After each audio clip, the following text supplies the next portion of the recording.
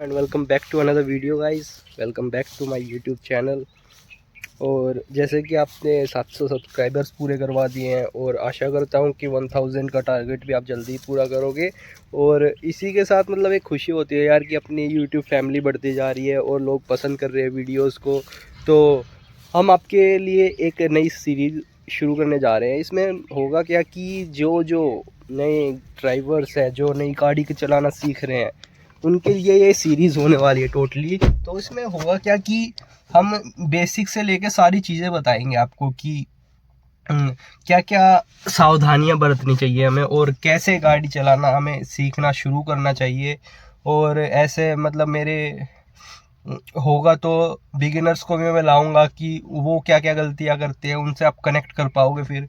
तो आज इस वीडियो में हम बेसिक से शुरुआत करेंगे कि शुरुआत कहाँ से करनी है, और इन सभी चीज़ों को सीखने के बाद ही आपको गाड़ी को हाथ लगाना है। पहले ये चीज़ें आपको समझनी होंगी कि ये चीज़ें होती क्या क्या है। जैसे एक्सेलरेशन का क्या काम होता है, गियर, जो अपने ट्रांसमिशंस होते हैं वो कैसे यूज़ करने होते हैं हमें, क्लच का क्या काम होता है। तो जो बिल्कुल बिगिनर्स हैं वो कनेक्ट कर पाएंगे मेरे से। अब मतलब मैं समझ पा रहा हूँ कि बिल्कुल करेंगे कनेक्ट। और कमेंट करके भी ज़रूर बताना अगर आपको वीडियो अच्छी लगे तो। अगर आप कनेक्ट कर पाए मेरे से तो, जो नई गाड़ी चलाना सीख रहे हैं या चलाना चाहते हैं। तो वीडियो को शुरू करते हैं, चलिए गाइस। तो गाइस मैं ये नहीं कह रहा आपको कि मैं आपको एक ही दिन में गाड़ी चलाना सिखा दूंगा। मैं बस इतना बताना चाहता हूँ कि आपको जो मेरी वीडियोस होंगी वो आपको हेल्प करेंगी। अगर आप किसी लर्नर से मतलब ड्राइविंग स्कूल में गाड़ी चलाना सीख रहे हैं तो कि आप मेरी वीडियोस के थ्रू कनेक्ट कर पाएंगे चीज़ों को, और उनसे मतलब एक आपको थोड़ा बहुत बूस्ट मिलेगा, आपकी नॉलेज अच्छी होगी और आपको पता चलेगा कि आखिर हमें क्या क्या करना होता है। और थोड़ी बहुत आपको एक्स्ट्रा नॉलेज होगी तो आपको ही फ़ायदा होगा। तो बिल्कुल बेसिक की बात करें तो शुरुआत अपनी आ जाती है जो अपने 3 ABC जिन्हें हम कहते हैं, एक्सेलरेट, ब्रेक और क्लच, जो मेन रोल होता है जिनका, वो आते हैं यहाँ पे। सबसे पहले हमें जानना होता है ABC जिन्हें हम कहते हैं या RBC भी कह देते हैं, एक्सेलरेट, ब्रेक और क्लच। ठीक है, RBC रेस, ब्रेक और क्लच, ये 3 चीज़ें होती हैं। सबसे पहले आपको इन्हें जानना ज़रूरी होता है कि इनका क्या काम होता है। तो रेस या एक्सेलरेट जिसे हम कहते हैं वो अपनी गाड़ी को स्पीड देने में काम आता है, आगे चलाने में या पीछे चलाने में। जितना आप ज़्यादा स्पीड करोगे उतनी अपनी गाड़ी ज़्यादा भागेगी। ठीक है।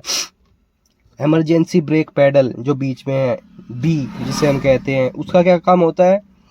अगर आप इमरजेंसी ब्रेक पैडल दबाओगे तो अपनी गाड़ी को ये स्टॉप करने में काम आते हैं। बेसिकली गाड़ी में 2 टाइप के ब्रेक्स होते हैं, एक तो इमरजेंसी ब्रेक पैडल्स होते हैं ये, और दूसरा होता है अपना हैंड ब्रेक। तो इमरजेंसी ब्रेक पैडल्स अपने चारों टायर्स में अप्लाई होते हैं, और जो अपना जो हैंड ब्रेक होता है वो बस रियर वाले ब्रेक्स में टायर्स में अप्लाई होता है। तो इस बात का आप ध्यान रखेंगे। ये होती है अपनी सी जो होता है क्लच। क्लच का क्या काम होता है। क्लच जैसे हम अपना गियर्स को ट्रांसमिशन करते हैं गियर्स का, तो उस पर हम क्लच प्रेस करके और फिर अपना गियर को पहले से दूसरे में लगाना हो या दूसरे से पहले में लगा, तो वो चीज़ अप्लाई करते हैं। तो इन सभी चीज़ों को जानना आपके लिए शुरुआत में सबसे पहले यही चीज़ें जानना ज़रूरी है। इन 3 चीज़ों के बाद हम अपनी कार्रवाई को आगे बढ़ाते हैं। अरेंजमेंट की बात करते हैं कि कौन सा फुट किस चीज़ के कंट्रोल के लिए होता है। तो लेफ़्ट वाला फुट अपने क्लच के कंट्रोल करना होता है। लेफ़्ट वाला फुट से हमें बस ये क्लच के लिए ही होता है। और जो राइट वाला फुट होता है वो अपना ब्रेक और जो रेस होती है, एक्सेलरेट जिसे हम कहते हैं, उसके लिए होता है। ये एक पाइवोट पॉइंट होता है। ब्रेक रेस दोनों चीज़ों को आप यहीं से कंट्रोल करते हैं। तो ये बात भी आपको ध्यान रखनी है कि कौन से फुट से हमें क्या काम करना होता है। ये नहीं करना हमें कि ब्रेक क्लच यहाँ से दबा दिया फिर ब्रेक इस पैर से दबा रहे हो, ऐसा नहीं होता भाई। और एक चीज़ और ध्यान रखना, क्लच और जो अपना ना ब्रेक और रेस का कोई भी कॉम्बिनेशन नहीं होता भाई, ये दुश्मन होते हैं एक दूसरे के। आप कहीं ब्रेक दबा रहे हैं और क्लच रेस दबा रहे हैं, ये चीज़ें गलत होती है। तो आप इनका ध्यान रखना, क्लच इस वाले फुट से और जो ब्रेक और अपना रेस का कॉम्बिनेशन है वो इस वाले फुट से। ठीक है, तो इन चीज़ों का भी ध्यान रखना आपको। जहाँ मैं अपने पैर को रख रहा हूँ ये होता है अपना डेड पैडल।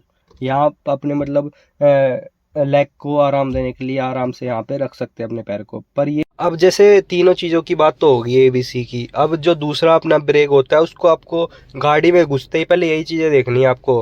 हैंड ब्रेक जैसे लगा हुआ है ना, तो उसको नीचे कैसे करना है, ये जो बीच में पॉइंट नहीं है इसको प्रेस करना है, पहले ऊपर करना गियर को, मतलब हैंड ब्रेक को थोड़ा, फिर इसको प्रेस करना है, फिर ये नीचे जाएगा। और ये नीचे जाते वक्त आपको एक चीज़ का ध्यान रखना है, आपको ब्रेक पैडल पे हमेशा अपना फुट रखना है, क्योंकि ये जब नीचे जाएगा ना तो आपकी गाड़ी आगे पीछे जाने का खतरा रहता है, क्योंकि ढलान पे होगी तो गाड़ी पीछे भी जा सकती है। तो आपका हैंड ब्रेक रिमूव करते समय हमेशा ब्रेक अपना मतलब फुट ब्रेक पे होना चाहिए, ठीक है। इस बात का ध्यान रखना सभी को। इसको एंगेज कैसे करना है, या तो आप सिंपली इसको ऊपर कर दो, या फिर ये दबा के फिर ऊपर कर दो और इसको छोड़ दो।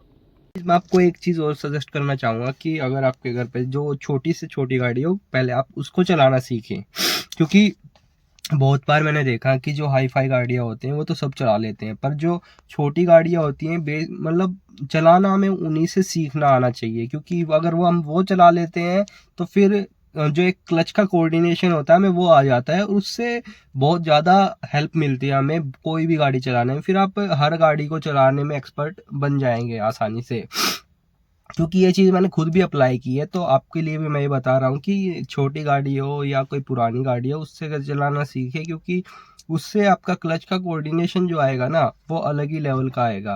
क्लच कोऑर्डिनेशन की बात हो रही है तो इसको मैं आपको मतलब बाद में बताऊंगा थोड़ा, पहले हमने तीन चीज़ों की बात कर ली है। अब हम अपने स्टीयरिंग व्हील के रोटेशन की बात करते हैं। तो गाइस स्टीयरिंग व्हील के रोटेशन की बात करते हैं। इसकी बात करने से पहले जब भी आप अपनी गाड़ी में घुसें तो एक चीज़ का आप हमेशा ध्यान रखें। जैसे मैं अपनी खिड़की खोल रहा हूँ, और आपको पहले अपनी गाड़ी में घुसने से पहले दोनों टायर का जजमेंट लेना है कि सीधे हैं या थोड़े बहुत मुड़े हुए हैं। अगर मुड़े हुए हो तो आपको जाके पहले उन्हें सीधा करना है और फिर अपनी गाड़ी को आगे बढ़ाना है, क्योंकि अगर आप नए हैं तो आप ये फिर जजमेंट नहीं लगा पाएंगे और आपका क्लच कोऑर्डिनेशन इतना अच्छा नहीं होगा, और जिसकी वजह से आपकी गाड़ी के मतलब ठुकने पिटने के ज़्यादा चांस हो बन जाएंगे। तो गाइज अब रोटेशन की बात करते हैं। और रोटेशन जैसे अपना स्टीयरिंग व्हील सेंटर में कब माना जाएगा, हमने आगे के वाले टायर देख लिए हैं। अब जो ये वाली चीज़ है, ये वाली चीज़ अगर सेंटर में अपने दिख रही है बीच में बिल्कुल, तो अपना सेंटर व्हील का रोटेशन बिल्कुल सेंटर में है। और अगर आप राइट साइड में रोटेशन देखना चाहते हो तो एक रोटेशन ये हो गया और आधे से थोड़ा सा कम और घूमेगा। इतना में अपना पूरा टायर राइट साइड वाला घूम चुका है। मैं आपको दिखाना चाहूँगा, ये देखो घूम चुका है ना। अगर आप इसको वापस से उसी रोटेशन में लाना चाहते हो सेंटर में, तो आधे और एक ये घुमा दिया, अब आपका सेंटर में आ गया बिल्कुल रोटेशन। इसी तरह लेफ़्ट साइड का होता है, एक रोटेशन ये हो गया और एक आधे से थोड़ा सा कम ये हो गया, तो ये लेफ़्ट साइड का हो गया। अब हमें सेंटर में लाना है तो ये सेंटर में आ गया। तो दूसरी चीज़ मैंने जो आपको बतानी थी वो ये थी। अब गियर की बात कर लेते हैं ना। गियर ट्रांसमिशन जो होता है, सबसे पहले जो बिल्कुल नई गाड़ी चलाना सीख रहे हो वो क्या करना है, सारे गियर लगा के देखने हैं। पहला, दूसरा, तीसरा, चौथा, पांचवा। मैनुअल गाड़ी है, किसी गाड़ी में 6 गियर भी आ जाते हैं, किसी में 5 आते हैं। तो आपको क्या करना है, सबसे पहले गियर की पोजीशन पता होना चाहिए कि ये पहला गियर है, ये दूसरा गियर है, ये तीसरा गियर है।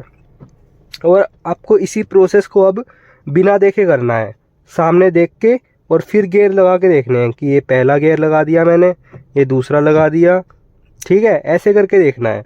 इससे क्या होगा, आपको पता चलेगा कि गियर का कोऑर्डिनेशन क्या है और कौन सा गियर कब लगा रहे हैं हम। एक बात और, जो रिवर्स गियर है वो चलती गाड़ी में कभी नहीं लगता है, एंगेज ही नहीं होगा वो, तो इस बात का ध्यान रखना आपको, लगाना भी नहीं है, क्योंकि इससे हमारा गियर बॉक्स भी ख़राब हो सकता है जी। ये बात तो होगी। गियर का मैकेनिज्म क्या होता है कि जो भी अपनी इंजन की जो पावर होती है ना, हमें गाड़ी को किस स्पीड में चलाना है वो अपना गियर्स डिसाइड करते हैं, ठीक है।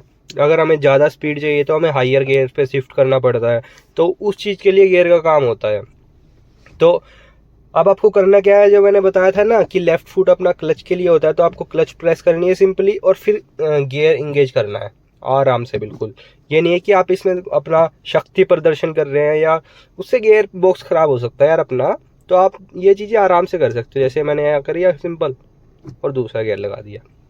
अब तीसरा लगाना है तो यहाँ से ऐसे किया, आराम से करनी है ये चीज़, जल्दबाजी कोई नहीं है, अपना आराम से गियर शिफ्ट करो, ठीक है।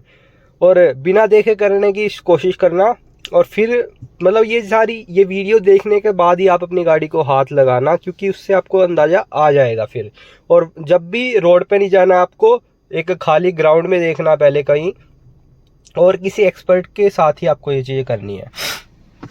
तो मैंने आपको गियर का बता दिया। अब होता क्या है, जो ये आरपीएम मीटर देख रहे हो आप, ये आरपीएम मीटर अपनी जो गाड़ी की पावर होती है ना, उसको दिखाता है कि अपनी गाड़ी में 1 है ना, ये 1000 आरपीएम है, इसके नीचे है सुई, तो कम से कम 700-800 आरपीएम पे गाड़ी हमेशा रहती है, जो आइडियली जो कंडीशन होती है उस पर भी।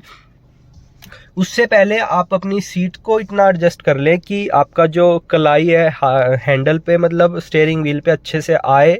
आपको ज़्यादा फ्रीली भी अपनी सीट को एडजस्ट नहीं करना है, जिसकी वजह से आप बिल्कुल ही रेस्ट में आ जाए। अपनी एक प्रॉपर पोजीशन होनी चाहिए आपकी गाड़ी को चलाते वक्त।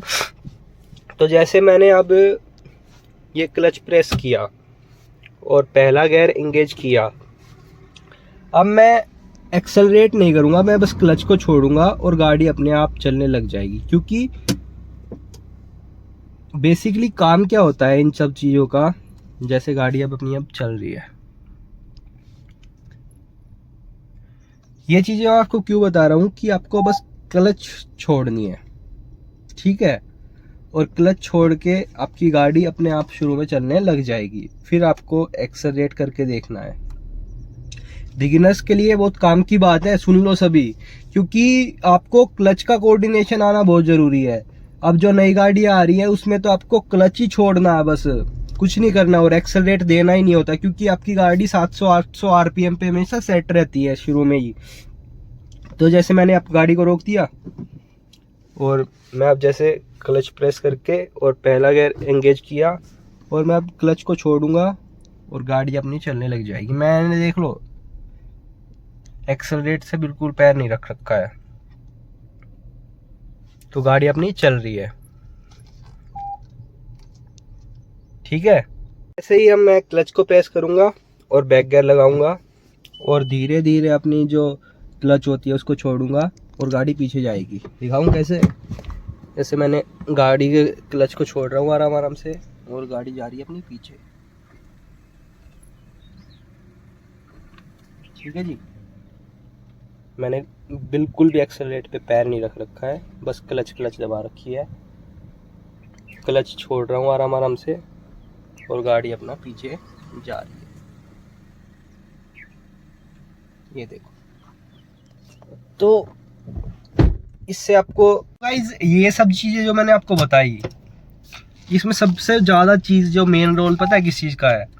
आपका क्लच कोऑर्डिनेशन का। मैंने आपको जो फर्स्ट पार्ट है ये वीडियो का, इसमें आपको 3-4 चीज़ें बताई है, उसको आप अच्छे से पहले देखें, प्रैक्टिकली करके देखें सारी चीज़ों को, और घर पे गाड़ी है ना तो ये आप सब ये चीज़ें कर पाओगे। क्योंकि अगर आप देखते हो कि आपके पास गाड़ी होती है ना, तो आपको डेली यूज में लाते हो, प्रैक्टिकली उसको चीज़ों को करके देखते हो तो आप सीख जाते हो, वरना फिर से आपको वही वीडियो देखनी पड़ती है, फिर आप थोड़े दिन बाद चलाना छोड़ देते हो, तो फिर आपको उन्हीं चीज़ों पे दोबारा आना पड़ता है। तो इन चीज़ों का ध्यान रखना, और जो मैंने आपको स्टेप्स बताए ना 3-4 जो मेन उनको आपको ध्यान रखना है। फिर मैं आपको अगली जो पार्ट 2 होगा उसमें फर्दर हमने जो इस प्रोसेस को बढ़ाएंगे, और आगे नई नई चीज़ें फिर से मैं आपको बताऊंगा जो आपको हेल्प करेंगी। एक स्टेप बाय स्टेप सारा प्रोसेस होगा अपना।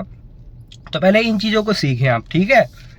आज की वीडियो को इतना ही रखते हैं। अगर आपको वीडियो पसंद आई हो तो लाइक ज़रूर करना, कमेंट करना, शेयर करना। अपने जो नई गाड़ी सीख रहे हैं उनको मतलब शेयर करना ज़रूरी है, और सब्सक्राइब कर लेना चैनल को। अगली वीडियोस का नोटिफिकेशन आने के लिए आपका नोटिफिकेशन बेल को मतलब प्रेस कर देना। तो चलिए जी, यहीं पे अपने वीडियो को ख़त्म करते हैं। Bye bye, tata, see you. Till the next video, bye.